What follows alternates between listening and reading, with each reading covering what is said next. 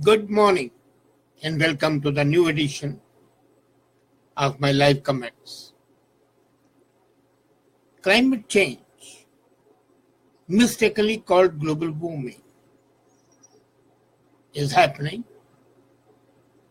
But when I'm reminded of Trump's belligerent attitude,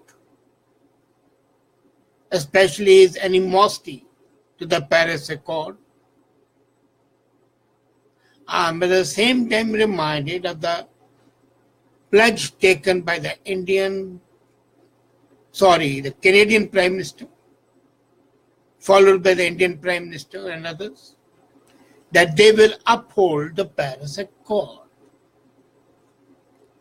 Unfortunately, people have come to believe that the government's ability to get anything done, anything, is beyond any reasonable doubt that that ability is lacking. I generally would not have bothered because we have talked about the Canadian government's dismal record in promising things and not fulfilling those promises. But what comes as a surprise is for the first time in the history of Canada, I repeat, it's for the first time in the history of Canada that the Canada's Federal Auditor General, with all the Auditor Generals of all the provinces barring Quebec, so all the Auditor Generals of various provinces and Auditor General of Canada took up a subject about the performance of the government, about the promises and the delivery of the promises only towards climate change. And it's for the first time that, as I said, all legislative audit units coordinated their work. And the result was dismal. The nations being counted found that the whole thing is a mess. And this is a matter which, according to the government, not only of Canada but of British Columbia, of Ontario, and other liberal strongholds, is the top priority. If top priority is not met, then you can well understand what shall be the fate of the other promises. And the report reads very clearly, overall, we found that the actions taken by the governments to date to address climate change have fallen short of government's commitments. And when the Auditor General said, when the watchdogs who are interested in this job and whom nobody can charge with the bias say this, then you can be sure that the record is dismal and the government has fallen short of its commitment. And this does matter seriously. Canada has already spent nearly 3 decades, 30 years, burnishing a nasty reputation as a place which makes promises and does not. The country missed its carbon emission targets in 1992. It again missed in 2005. It's going to miss 2020 by a large margin, possibly 20%. And the next target for 2030 is in peril already, because if 2020 targets cannot be met, how can 2030 targets be met? Meeting Canada's 2030 target will require an amount that is not even being planned at present. There is no action plan in place. And then what happens is that the Environment Minister, McKenna, says very quietly, well, the report is out of date. My foot. Report is right up to the date. The Auditor Generals have painstakingly gone through all the data available, relied on the most scientific information, and then come up with a report. And for the government to say, and also say that in case there was a shortfall, it was because of Stephen Harper. This is something which is absolutely wrong. First objection to this statement of McKenna is that the report also tracks action at the provincial level, and several provinces that had marked themselves as beacons of virtue and liberalism in contrast to Harper's reactionary ideas are Ontario, British Columbia, and Manitoba under his former government. And all of them have underperformed and underperformed miserably. So if Harper was responsible, then these provinces should have done something, and they have not. As a matter of fact, if you read the report, you will find it's a guided tour of the government that promises only to get votes, promises to give a rosy picture, and those promises they cannot declare. And only when the final decision comes to hit a target, they plod along. Governments that are serious about meeting targets do highly charismatic things. They do not indulge in cheap theatricals. They draw up long-term detailed plans. They involve partners and stakeholders outside the government so that there's a broad mass support, that there's a grassroots support. The plans reach across the whole government, not just an isolated environment ministry. The government that really wants to deliver results regularly monitors and reports on the progress it has made, rather than after 10 years, the citizens pick up a newspaper and tucked in a corner is the report that the government has failed miserably. Repeatedly, these Auditor Generals found the best practices had been breached right across the country. In Manitoba, for example, just to give you an example, in 2008, government issued a plan with the target to reduce carbon and greenhouse gases emissions to 6% below the 1990 level by 2010. These targets were never met, even in 2012.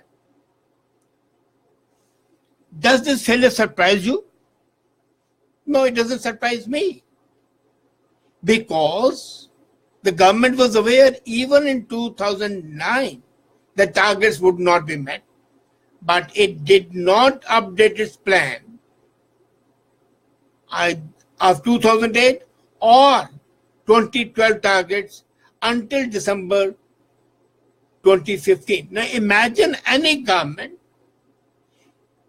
taking a decision in the month of December 2015 about the targets to be set for 2008 and 2012.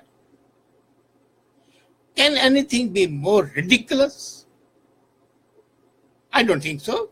And I would really be interested if you can let me know if you find anything more ludicrous.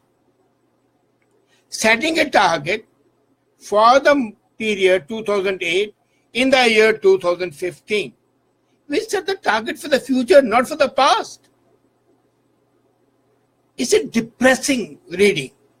In British Columbia, reporting was done in 2016 and it gave less detail than the report given in 2012. In Ontario, the story repeats itself. In 2011, the government drew up an action plan. And it was ironical because the plan was an adaptation of the plan that was already undergoing. There was nothing new. The same old plan which had been in action was shown as a new plan. Anyway, let's take it up. What is it? And this plan was designed to last for 3 years. That is until 2014. After 2 years, when the plan was supposed to lapse and be over, that is in 2016, only 30% of the action plan items had been completed. So what they wanted to complete in 2014, they could not do that. They could not complete in 2015. They could not complete in 2016. And then they admitted that only 30% they could achieve, even with an extended period of 2 years. What an efficiency. As a general rule, the Auditor General are a very courteous bunch. They are not critical, but here they have been extremely critical of the whole thing.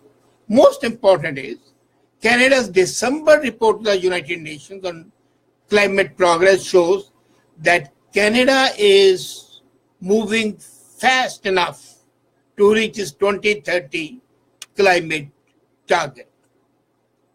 And this is the statement by the top bureaucrat. This is the report submitted to the United Nations. But this depends on what you call progress. What the report actually says is that Canada will miss. Now, this is hidden in a small print in the report. Canada will miss its 2030 target by 66 megatons of carbon, which is 22% of the needed reduction. So instead of 30% reduction, it misses by 22% of the needed reduction, and we call it a progress. We sleep, we don't wake up. That's the unfortunate part. And now this figure given to the United Nations would be the 4th time that Canada has missed to meet its target. And as a matter of fact, 18 months before that, another report had been submitted which admitted that we will attain our target only by 50%. So when the Environment Minister says that the report of the Auditor General is outdated and pertains to the Harper era, I marvel at her imagination or her chutzpah, her impetuous disregard for truth. Problem with us is that Canada has always been lagging behind despite all the loud promises. And the Canadian climate strategy, I do not deny during Harper wasn't good, but it's worse now.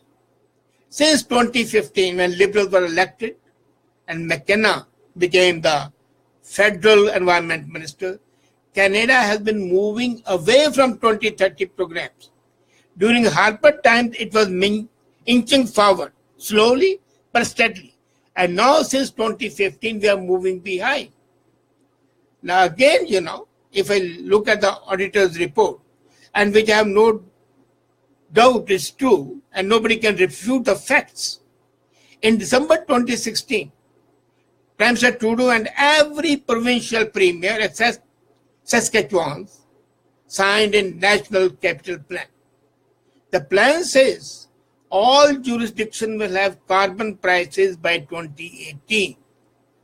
A year later, at the end of the year 2017, McKenna clarified that the provinces have until the end of the year to introduce carbon pricing schemes, whether they be carbon tax or cap and trade practices. Now, this is something which is ridiculous. The federal minister is announcing something which she is aware would not happen.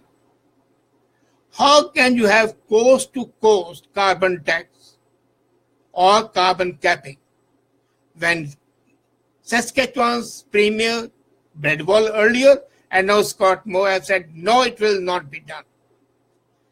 The future governments of Ontario and Alberta, headed by Doug Ford and Jason Kenney, both have very clearly stated they will oppose carbon tax tooth and nail.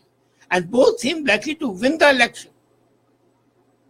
So Saskatchewan, Ontario, Alberta have more than 50% of Canada's total population. And they are not at all bothered about the so-called carbon tax. And they are not fond of that. So the open opposition to the federal climate plan is not the only problem. The biggest problem is foot dragging and empty promises of the federal government. And therein lies the rub. Our leaders would promise the moon, and they will not even deliver the replica of the. Why? It is simply because they think the electorate to be dumb-driven cattle. Do you think they'll ever change?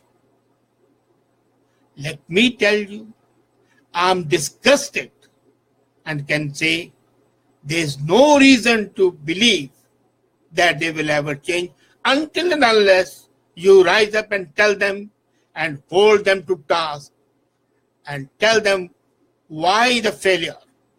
If you have failed, you have no right to rule us. You have no right to work for us. A servant who does not satisfy has to go. Would you do it? I'm not saying it, the other government. Any government which fails to deliver, any government which cannot live up to its promises has no right to go. Do you agree or not? Thank you.